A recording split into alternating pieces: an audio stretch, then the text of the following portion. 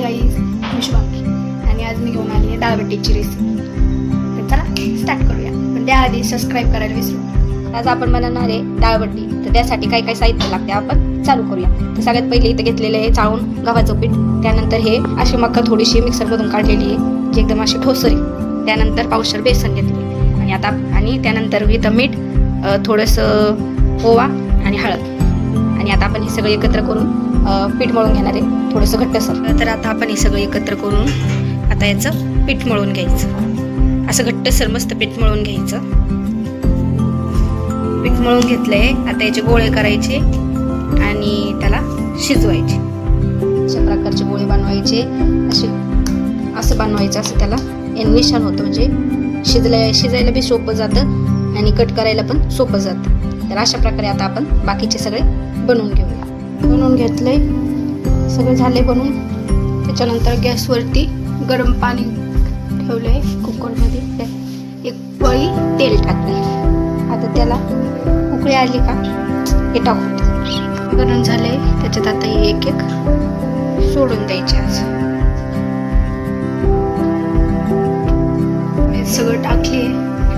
त्यानंतर आता शिजल्यावरती मस्त शिजतंय.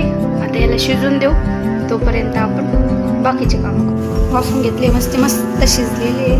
त्यानंतर आता आपण याला असं म्हणजे याचे असे 4 कट मारायचे. म्हणजे असे याचे 4 तुकडे झाले पाहिजे शिजलेले. आता याला कट करायचं आणि त्यानंतर मस्त फ्राय करायचे. आता हे थोडंसं गरम आहे. थंड झाल्यानंतर मी याला कट करते. बघू शकताय मी अशा प्रकारे त्यांना कट करून घेतले. आणि आता त्याला फ्राय करायचं. प्रकारे कट करून घेतले. आणि आता इथं तेल गरम करायला ठेवले. आणि त्यानंतर आता तेल जसं गरम होईल तसं आता आपण फ्राय करून घेऊ. तर चला पुढं आपण टाकून बघितलंय. तेल गरम झालंय चांगलं. आता बाकीचे टाकून फ्राय करून घेऊ. आता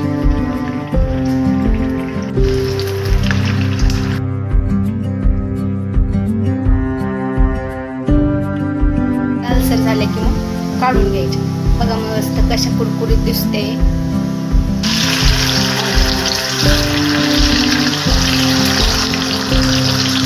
हे बघा कसं मस्त कुरकुरीत झालेले प्रकारे मी सगळे थोडे तळून घेतले.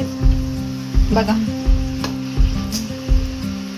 मस्त असे वरून कडक आणि मधून एकदम असं मऊ. बट्टी आणि ही डाळ त्यासोबत मस्त लिंबू घेतले. ही वरण आहे ना, म्हणजे डाळ जी ती अशी तिखट बनवली जाते. आणि ही बट्टी वरतून मस्त असं कडक आणि आतमधून मस्त अशी नरम. आणि ही अशी चुरली जाते आणि त्यानंतर हे वरण त्यात टाकलं जातं. तर कशी वाटली रेसिपी?